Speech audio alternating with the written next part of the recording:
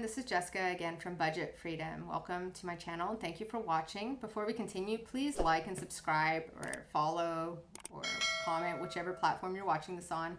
It really helps the videos get out there to more people, and then I can make more videos for you guys, and we can all help each other out to be a debt-free community, running cash businesses, and being financially free. That is my goal. My goal is to budget to freedom. And just a quick note on that as well. When you're budgeting, don't let it stress you out. Don't get caught up in the pennies and the cents of everything. I have done the zero-based budget, and it's good. It's really good. But if it gets to a point that it is stressing you out and you're not keeping up to date with it and you're not enjoying the budgeting process, then there's something fundamentally wrong with it. It's not for you. There are many ways to do a budget, and I think this is what is very misunderstood, maybe in the financial world and the budgeting world. You know, we are people. We are all individuals. We all have different personalities. We all have different, obviously likes and dislikes and strengths and weaknesses. And I do believe that you should always be happy, you should always be balanced in what you're doing, and you should play to your strengths.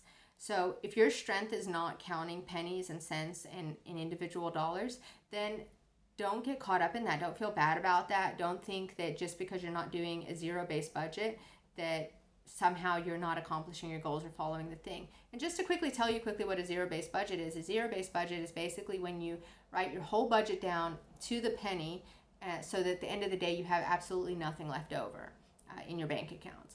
That works really well for a lot of people. I have done it for many, many years.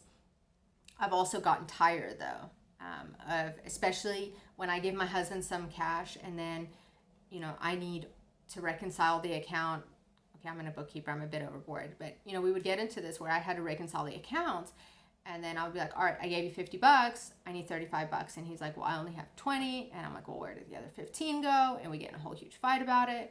And at the end of the day, he's not spending money on anything he's not supposed to be spending on.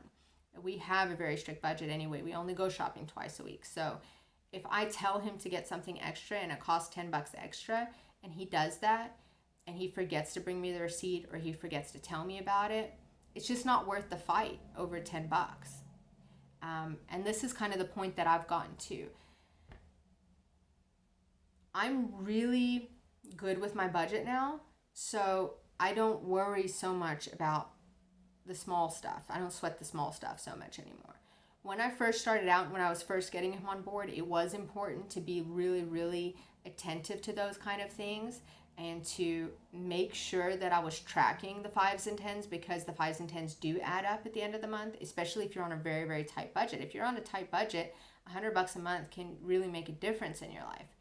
But if you're not on that kind of a budget, then worrying about an extra $100 a month is going to cause you more stress and cause you to end up stopping your budget than just letting it go and moving on with life. I hope I'm not confusing anybody here, but I do think that this is an important topic, and I do think that, people should talk about it, and people should follow the budgeting system that works for them, So having a pre-made budget, like my budget that I have a budgeting workbook. You can still use that and not worry about all the cents and dollars. The way I do it is I write out my budget, which I've shown you here before. I don't have it here in front of me now. And I know how much I'm supposed to spend on a weekly basis for food. Okay, I know how much my bills are. I know about how much disposable income I'm going to have every month.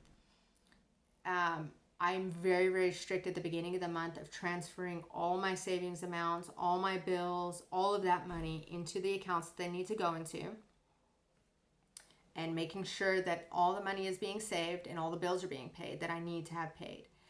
But let's say, for example, in 2 weeks, out of the blue, my kid needs something, some shoes or shirt. Like now I just realized my daughter has like 0 summer clothes and I have to go buy her summer clothes. I didn't save for it. You know, I'm not going to stress out about it. I'm not going to lose my mind over the fact that I need to go spend $100 and buy my daughter some summer clothes. I'm going to take the money from one of my other accounts, or I am going to just use it from some of the money that is left over in my budget. So I do budget all my money at the end of the day. I do put it somewhere. I don't just waste it, but I don't get stressed out if this month I spend money differently than I would spend next month. As long as I am accomplishing my financial goals and I'm staying on track with things, you know, it is a bit different for me because I do run my own business. So my income is variable. It does vary. Sometimes I make more, sometimes I make less. So it is a bit easier for me in the months that I need more if I make extra money to be able to spend it and not to blow my budget. But if you are on, I have been on a set budget before for a very long time. If you are on a set budget, what I recommend doing is listing all your bills, getting them paid, list all the things that you need to save for, your yearly bills, your savings goals, your, you know, if your investment accounts, if you're doing that, if you're paying off debt, you know, pay off debt. But again, like what I've always said with paying off debt, a lot of people, like especially on the zero-based budget, they believe that every extra cent should go to paying off debt. That encroaches on your personal life. That encroaches on your balance and your happiness. If you are giving all your money to debt for 2-3 years at a time to pay it off, yeah, that is awesome, and you should do that, and I've done it, and I recommend it. But if you're not having any kind of life and you're so stressed out in those years, it's not worth it. It's worth it to take an extra 6 months off paying off your debt and have a happier, stress-free life in the meantime, in my opinion, than to be so hard on yourself to just pay off debt, to not do anything that you want to do, to not, you know, give yourself any kind of breathing room, and to basically just burn yourself out. Don't burn yourself out budgeting, guys. This is a journey. This is a lifelong process. This is not something that's going to ever end. Even when you make a lot of money and when you have wealth, you're still going to budget. You need to budget, because if you don't budget, then whatever wealth that you make is going to disappear anyway. So this is a skill that you need to learn. This is a lifestyle that you need to incorporate into your lifestyle. It is, you know, it's a child that you are growing, or a plant, or a dog, whatever your thing is. You know, it's a part of your family. It needs to become part of your family. It needs to become part of your life. Budgeting needs to become something that you do. And if you can love it, it will be a lot better for you, and you will be a lot better at it. So that's why I always tell my clients, and I tell the people that I work with, find a way to love budgeting. Make budgeting something that you enjoy, something that benefits you, and something that you know, is in balance with your lifestyle and with your mindset and with everything that you do.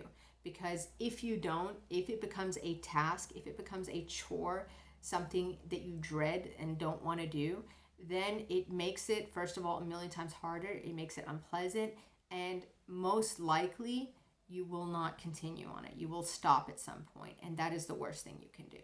So like I always say, autocorrect. Budgeting is about autocorrecting, okay? You set a budget, and as close as you get to your budget, the better for you.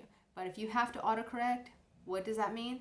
That means changing something sometimes, moving money around, spending it on something else, taking care of something you need to do, or just taking a holiday. Sometimes, you know what? For my brain, for my well-being, for me to continue doing what I'm doing, making the money that I'm making to pay off all this stuff, or to save all this money, I need a holiday this weekend. I need to go for a 4-day weekend. That is important, and people don't talk about this enough. You need to honor yourself. You need to honor your journey and what you need, without trying to get too depth in it, but what you need spiritually, emotionally, mentally, physically. You need to honor yourself, because without you functioning and being a happy and healthy, balanced person, no more money is going to be coming into you. You are that debit card. You are that machine that brings that money in. So if you don't take care of you, you are not going to be making more money. You're not going to get that raise at work. You're not going to get an extra side hustle. You're not going to meet your financial goals because you are going to get depleted. You're going to get depressed. You're going to get burnt out. And you're going to say, I don't care, forget it all. I'm just going to go back to not budgeting and living paycheck to paycheck, and that's it. And that is not what anybody wants. That's not going to help anybody. So I urge you to just think about this. And if you're having problems, drop a comment in the comments below. Let us help you out. Let us give you some ideas. Everybody's been there. I've been there. I have been through every single kind of budgeting obstacle you can imagine. My husband has been unemployed for over a year at a time, and I've been working to support the whole family. We have struggled so hard. We have made money together. We've lost money together. And through it all, I have managed to stay debt-free for 8 years. It's not always easy. And that's why I'm sharing these experiences with you, because when things get hard, when things are out of your control and it's financially hurting you and your family, you have to figure out how to stay positive, to stay focused, and to keep moving forward. And the only way to do that is to take care of you and to take care of the people that are involved in the family and in the situation. I hope this was helpful to you guys.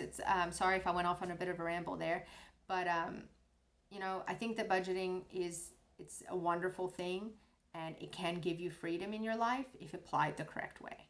So that's my thoughts on that. Let me know what you think. Follow me, like me, subscribe me, whatever you're doing, whatever platform you're on.